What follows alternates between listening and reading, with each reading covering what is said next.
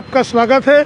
नाज़रीन, आपको बता दें कि उत्तर प्रदेश में जिस तरह से कोरोना संक्रमण के मामले बढ़ते जा रहे हैं और योगी सरकार के दावों में भी कमी नहीं आ रही, लेकिन इसी योगी सरकार के दावों पर सरकार के कानून मंत्री ब्रजेश पाठक ने सवाल खड़े किए हैं। कोरोना के मामलों को लेकर ना तो कोविड हॉस्पिटल्स की पूर्ति की जा रही है, ना वैक्सीन का कोई इंतज़ाम है, शमशानों में लाशों के ढेर लगे हैं, कब्रिस्तानों में जगह नहीं है।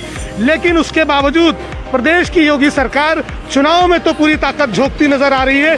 और साथ ही साथ आपको बता दें कि ये बैरिकेडिंग हम आपको दिखाना चाहेंगे, हमारे सामने लगी हुई है। इस बैरिकेडिंग को लगाने का उद्देश्य क्या है, इसे बताने के लिए कोई भी प्रशासनिक अधिकारी तैयार नहीं है। किस लिए ये बैरिकेडिंग लगाई गई है, आम लोगों का आना जाना है इधर से। और सामने की तस्वीर हम आपको दिखाएंगे। ये सामने आप देख सकते हैं किस तरह से इस यहाँ पर एक गड्ढा खोद दिया गया है और काम के लिए एक हरी चादर से इसको ढका गया है। लेकिन कब तक ये पूरा होगा इसका भी अभी कुछ पता नहीं है। अनावश्यक रूप से सड़कों को खोदा जा रहा है और जिस तरह से आप देख सकते हैं हमारे सामने का इलाका, ये आप देख सकते हैं पुलिस के कर्मचारी जो अभी नहीं भर्ती हुई है, जगह जगह चौराहों पर खड़े होकर आम लोगों को कभी हेलमेट के नाम पर, कभी मास्क के नाम पर प्रताड़ित करते नजर आ रहे हैं। यही नहीं, मीडिया कर्मी आवश्यक कार्य से अगर निकल रहे हैं और 1 से 1.5 किलोमीटर की दूरी का सफ़र उनका है, उसके बावजूद उन्हें रोककर उनके फ़ोटो खींचे जाते हैं हेलमेट के नाम पर या मास्क के नाम पर। मास्क लगाना सभी के लिए आवश्यक है, लेकिन हेलमेट का जहाँ पर मामला आ जाता है कि 2 कदम की दूरी पे अगर कोई जा रहा है उसे भी रोका जाता है, उसको भी जो है उसका फ़ोटो खींचा जाता है, उसका चालान किया जाता है। ये एक रास्ता आपको दिखा रहे हैं जो लालबाग की तरफ जा रहा है, ये शालीमार चौराहा है। अब सरकार ये बताए कि इस बैरिकेडिंग के लगाने का मतलब क्या है, मकसद क्या है। सरकार को इस सवाल का जवाब तो देना ही होगा। नाज़रीन, जो भी लोग हमसे जुड़े हुए हैं इस वक्त, वो कमेंट बॉक्स में अपनी राय ज़रूर दें कि इस बैरिकेडिंग के लगाने का मतलब क्या है। ना तो ये कंटेनमेंट जोन है और ना ही हॉट स्पॉट एरिया है, उसके बावजूद इस तरह की बैरिकेडिंग को लगाने का क्या उद्देश्य है, क्या मकसद है, इसे बताना होगा। यहाँ पर आपको बता दें 3 बड़े चैनलों के दफ्तर हैं, एबीपी न्यूज़ है, TV9 भारत है और KTN खिलाफत न्यूज़ का भी दफ्तर है। अब दफ्तर जाने के लिए इस रास्ते से विकल्प बताए जाते हैं कि आप उस रास्ते से निकल जाओ और आप इस रास्ते से निकल जाओ।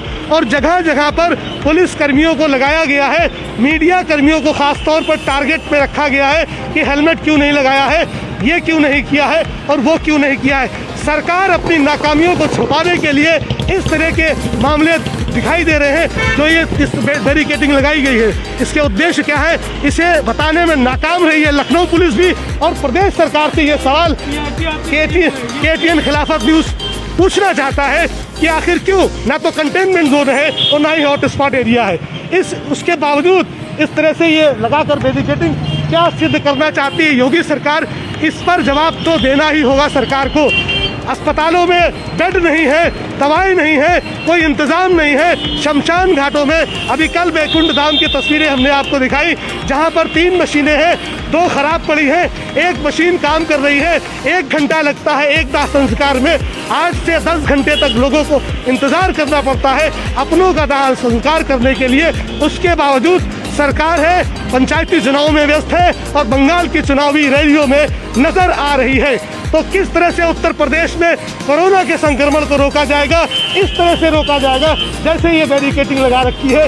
इसका उद्देश्य क्या है, इसे बताना होगा। यहाँ पर लिख कर डालना होगा, एक प्लेकार्ड लगाना होगा कि ये क्यों बंद की गई है, किस उद्देश्य से बंद की गई है।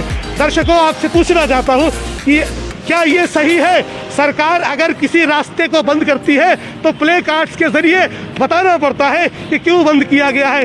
अपनी राय कमेंट बॉक्स में ज़रूर हमें दें कि किस तरह से उत्तर प्रदेश की योगी सरकार कोरोना के नाम पर लोगों में एक जो पैनिक क्रिएट किया जा रहा है, लाशों को निपटाने के लिए उनके पास संसाधन नहीं है, दाह संस्कार करने के संसाधन नहीं है, दावे बड़े बड़े हैं और उन्हीं दावों पर कानून मंत्री ब्रजेश पाठक ने सवाल भी खड़े किए हैं। जब सरकार के मंत्री ही सवाल खड़े कर रहे हैं तो सरकार के उन दावों का क्या, इन दावों को की किस तरह से पुष्टि होगी जो सरकार बार बार कह रही है कि न वैक्सीन की कमी है, न कोविड हॉस्पिटल्स की कमी है, न अस्पतालों में बेड की कमी है, न दवाओं की कमी है।